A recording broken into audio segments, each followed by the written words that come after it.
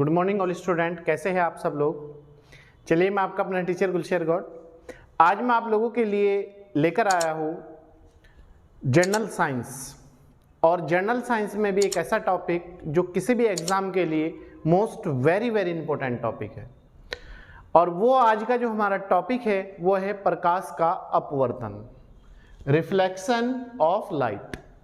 ठीक, अपवर्तन किसे कहा जाता है पहले तो आप यही जान लीजिएगा, क्योंकि बेसिक चीज़ें आपके लिए बहुत ही इंपॉर्टेंट है।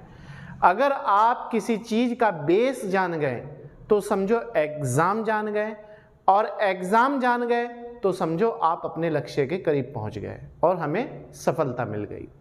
तो ये सब चीज़ें आप बेसिक तरीके से पढ़िएगा, और आसपास की चीज़ों से जोड़कर जितना भी आप समझेंगे, सुनेंगे, देखेंगे, पढ़ेंगे, इतना ही आप कंपटीशन एग्ज़ाम के करीब जाएंगे।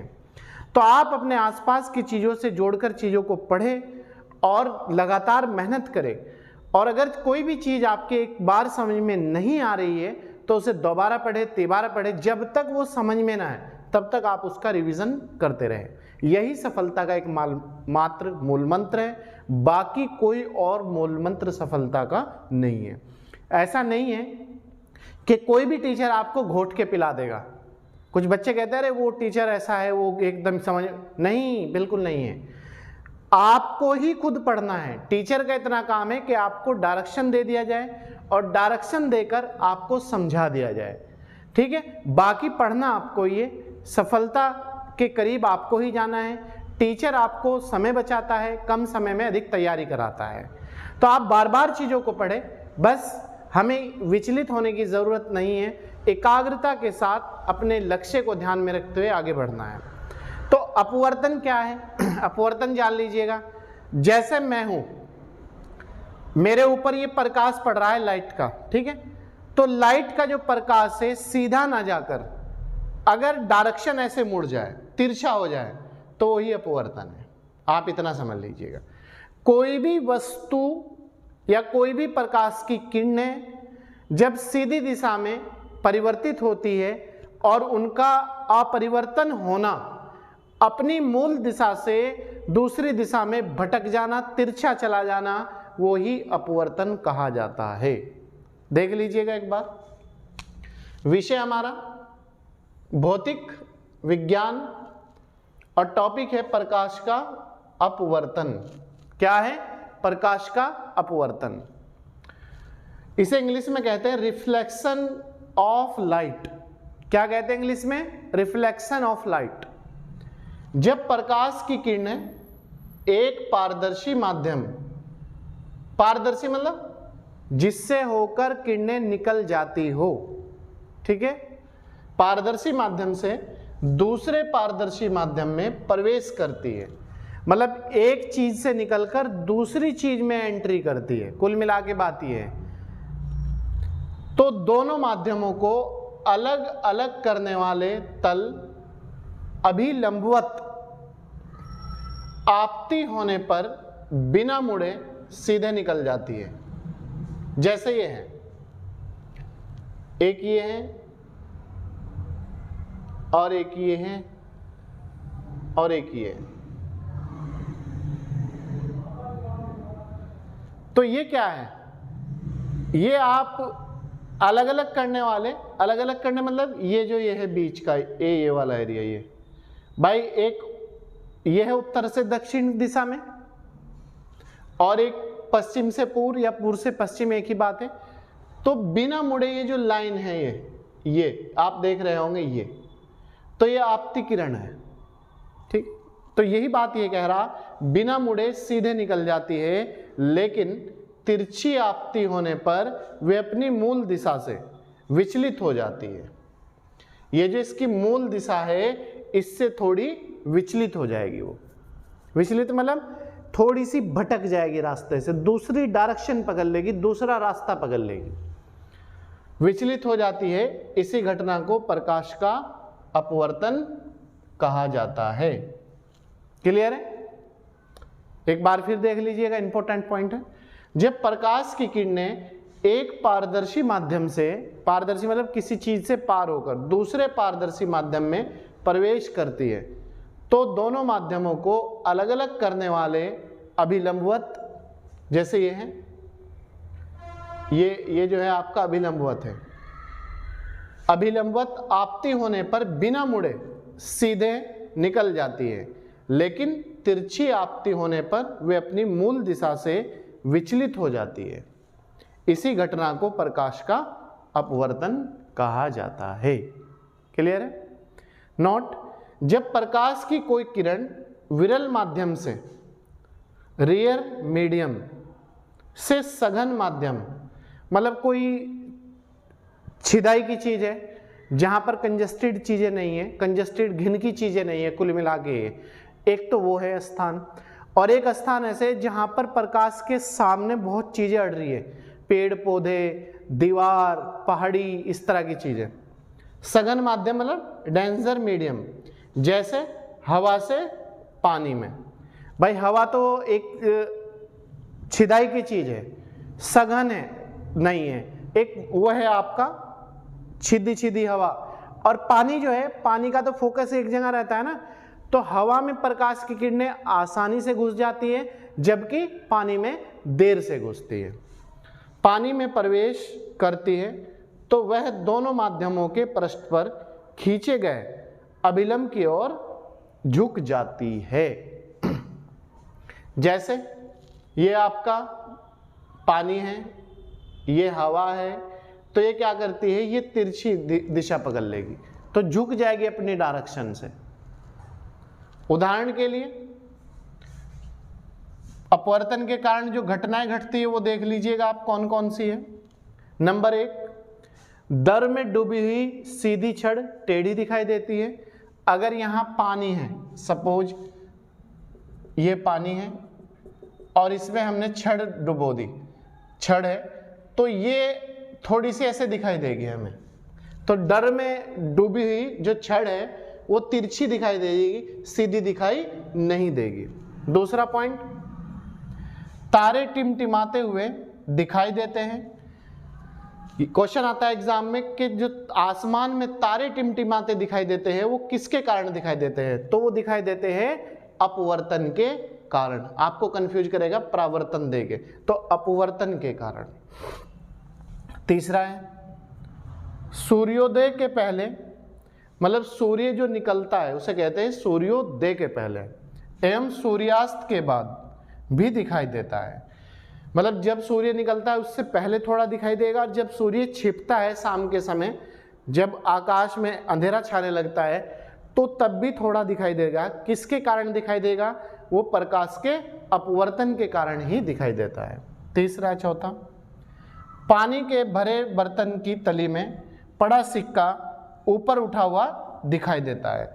अगर कोई बाल्टी है पानी की, ये पानी का बीकर है और इसमें हमने कॉइन डाल दिया, सिक्का, तो ये सिक्का यहां पर होगा, यहां पर इस पॉइंट पे, लेकिन क्या होगा कि ये अपनी वास्तविक जो इसकी गहराई होगी, जो तली होगी, तो अपवर्तन के कारण वो तली से हमें ऊपर दिखाई देता है। क्लियर है? पानी और ये है सिक्का, ठीक है। तीसरा, जल के अंदर पड़ी मछली वास्तविक गहराई से कुछ ऊपर दिखाई देती है। मतलब जैसे जल के अंदर मछली पड़ी है, जैसे सिक्का तली से ऊपर दिखाई दे रहा है, किसके कारण, अपवर्तन के कारण।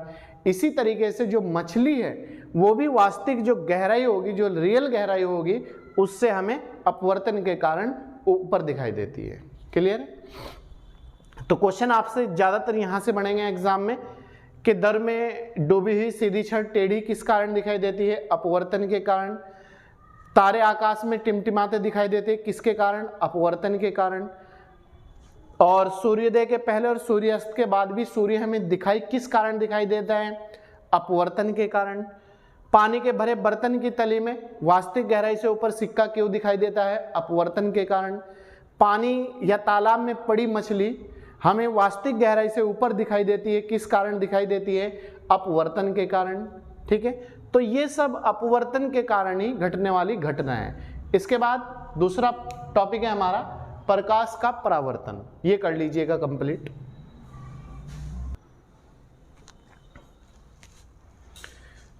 नेक्स्ट टॉपिक है हमारा प्रकाश का परावर्तन या प्रकाश का पूर्ण आंतरिक परावर्तन। ये सब इसी टॉपिक में जाते हैं, प्रकाश का परावर्तन या प्रकाश का पूर्ण आंतरिक परावर्तन। तो आइए देखते हैं इसे। प्रकाश का पूर्ण आंतरिक परावर्तन, देखिए इसमें एक कोण होता है जिसे कहते हैं हम क्रांतिक कोण। क्रांतिक कोण ये क्या होता है? यह सघन माध्यम से, जैसे ये है, ये जो है आपका सघन माध्यम है और ये विरल माध्यम है। सघन माध्यम में बना वह आपतन कोण है जिसके लिए विरल माध्यम में अपवर्तन कोण का मान 90 डिग्री होता है। ठीक है, क्वेश्चन ये भी बन सकता है एग्जाम में कि जो क्रांतिक कोण है उसमें जो विरल माध्यम में अपवर्तन कोण होता है उसका मान कितने डिग्री होता है? तो उसका मान आप याद रखना ये है 90 डिग्री होता है। ये 90 डिग्री का कोण है। ठीक है, 90 डिग्री होता है। आपतन कोण का मान क्रांतिक कोण से थोड़ा अधिक होता है। आपतन जो कोण है उसका जो मान है, जो क्रांतिक कोण है, उससे थोड़ा ज्यादा होता है। कर दे तो प्रकाश विरल माध्यम में बिल्कुल नहीं जाता। देखो यहां समझो आप चीज को, आपतन कोण का मान, जो आपतन कोण होता है वो क्रांतिक कोण से थोड़ा अधिक कर दे तो जो ये आपतन कोण है, ये मान लो आप, ये आपतन कोण है, ये क्रांतिक कोण है, तो इसका अगर हम इसे थोड़ा ज्यादा कर दे तो प्रकाश विरल माध्यम से बिल्कुल नहीं जाता। जैसे ये है, ये सघन माध्यम है विरल, तो सघन से विरल में जाना चाहिए ना, तो विरल से बिल्कुल नहीं जाता, वो अपनी डायरेक्शन मोड़ देता है, नहीं जाता, बल्कि संपूर्ण प्रकाश परावर्तित होकर सघन माध्यम में ही लौट आता है। ये देखो,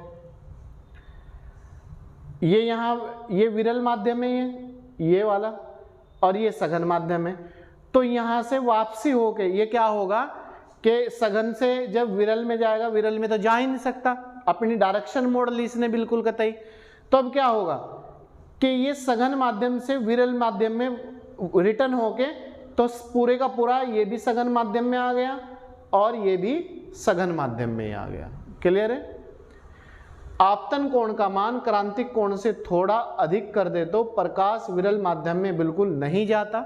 आपने देखा विरल माध्यम में जा तो ना चेंज हो गया, बल्कि संपूर्ण प्रकाश परिवर्तित होकर सघन माध्यम में ही लौट आता है। ये देखो, ये लौट आया यहां पर। दूसरा पॉइंट है नोट, इसमें प्रकाश का अपवर्तन नहीं होता। जो प्रकाश है उसका अपवर्तन नहीं होता, बल्कि संपूर्ण अपरावर्तित प्रकाश परावर्तित हो जाता है। इसीलिए किसी पृष्ठ के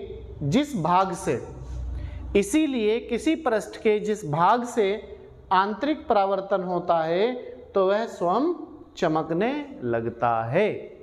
अब देखो एक बार फिर देख लीजिएगा, इसमें प्रकाश, इसमें मतलब पूर्ण आंतरिक परावर्तन में, इसमें प्रकाश का अपवर्तन नहीं होता। याद रखना, किस चीज का अपवर्तन नहीं होता? प्रकाश का अपवर्तन नहीं होता, बल्कि संपूर्ण आपतित प्रकाश परावर्तित हो जाता है। इसीलिए किसी पृष्ठ के जिस भाग से पूर्ण आंतरिक परावर्तन होता है तो वह स्वयं चमकने लगता है। क्लियर? इसी तरीके से दूसरा पॉइंट है, प्रकाश के पूर्ण आंतरिक परावर्तन के लिए दो बातें इंपॉर्टेंट हैं, या दो महत्वपूर्ण शर्तें हैं, या दो इंपॉर्टेंस है। जैसे नंबर 1, प्रकाश की किरण सघन माध्यम से विरल माध्यम में जा रही हो। जैसे यह है सघन माध्यम से, एक तो इंपॉर्टेंस ये है कि सघन माध्यम से विरल माध्यम में जा रही हो। दूसरी है आपतन कोण क्रांतिक कोण से बड़ा होता है। ये देखो, ये आपका सघन माध्यम है, यहां विरल माध्यम है, तो प्रकाश की किरणें सघन से विरल में जा रही हो, जा रही नहीं। अब ये है क्रांतिक कोण ये है आपतन कोण। तो आपतन कोण क्रांतिक कोण से बड़ा होता है। आप देखो ये 90 डिग्री है पूरा, ये कोण 90 डिग्री, आपतन कोण 90 डिग्री का है, और क्रांतिक कोण कितने डिग्री का है? लगभग 22 साढ़े 22 डिग्री का है। तो एक ये शर्त है, आपतन कोण बड़ा होगा, क्रांतिक कोण जो है आपतन कोण छोटा होगा और क्रांतिक कोण बड़ा होगा। नेक्स्ट है पूर्ण आंतरिक परावर्तन के कारण। इसके कारण क्या है, कौन कौन सी घटनाएं घटित होती है? हीरे का चमकना किसके कारण? पूर्ण आंतरिक परावर्तन के कारण। दूसरा, रेगिस्तान में मरीचिका का बनना, सूर्य की लाइट ऐसे लगती है जैसे रिटर्न हो रही हो, वापसी। मरीचिका का बनना रेगिस्तान में किस कारण होता है? परावर्तन, पूर्ण आंतरिक परावर्तन। तो पूर्ण आंतरिक परावर्तन के कारण होता है। कांच में आई दरार, आपने देखा होगा गाड़ियों के शीशे वगैरह टूट जाते हैं, ग्लास वगैरह कांच का टूट जाता है, तो उसमें दरार का चमकना, अलग अलग चमकती है। जल में पड़ी परखनली का चमकना, तो जल में पड़ी परखनली जो कांच की होती है उसका चमकना, तो ये सब पूर्ण आंतरिक परावर्तन के कारण ही होता है। अब फिर याद रखना एक बार, आपतन कोण बड़ा होगा जबकि क्रांतिक कोण छोटा होगा।